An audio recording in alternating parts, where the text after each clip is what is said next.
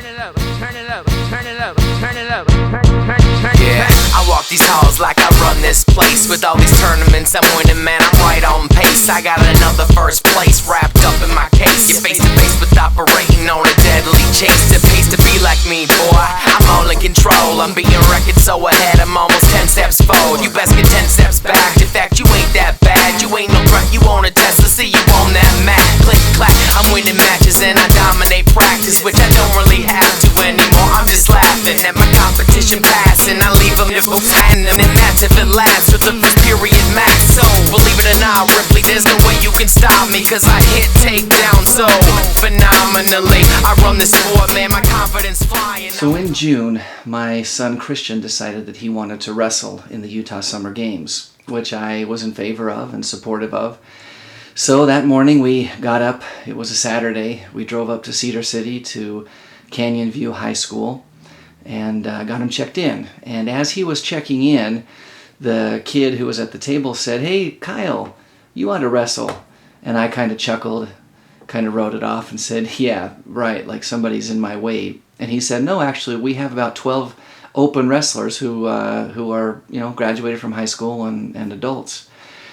And at first I thought, no, I don't need to do that. That's definitely not something I need to do. But I stepped back from the table and I gave it a little bit of thought, and I thought, you know, I work for an organization that caters to senior athletes, and they have been an inspiration to me, no question about it. They overcome hardships, they overcome the regular aches and pains that go along with living life. And I thought about that for a minute and I was inspired. And so I stepped back up to the table and I said, "Sign me up." And he did. And I stepped up on the scales and found out that I weighed in at 202 pounds, which meant that I was in the 200 and above weight class. So I jumped in my car, I drove to Walmart, I bought some shorts because I really was not planning on wrestling that day, and got back in time, just in time to step out on the mat for my first match. And for that first match, I wrestled a kid that weighed 240 pounds.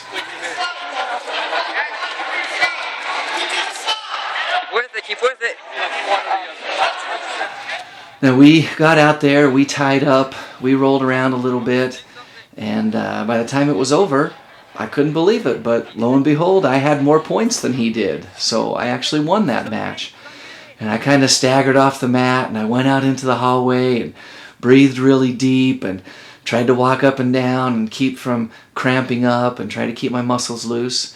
And then a few minutes later, it seemed like a few minutes later, I walked out on the mat and I wrestled a kid who weighed 250 pounds.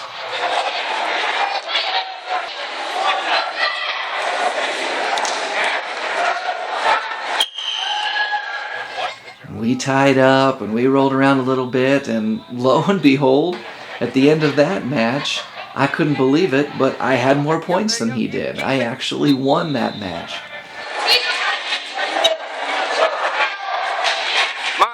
This time I crawled off the mat, I crawled out into the hallway, I laid down on the cool tile, curled up in the fetal position, breathing as much air as I could into my lungs. And a few minutes later, what seemed like a few minutes later, I was called for my third match, and I walked out on that mat and wrestled a kid who weighed 300 pounds.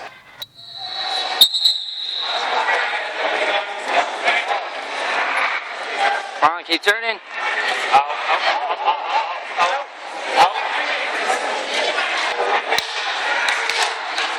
Don't go. Don't go. Now, unfortunately, that last match didn't last quite as long as the first two.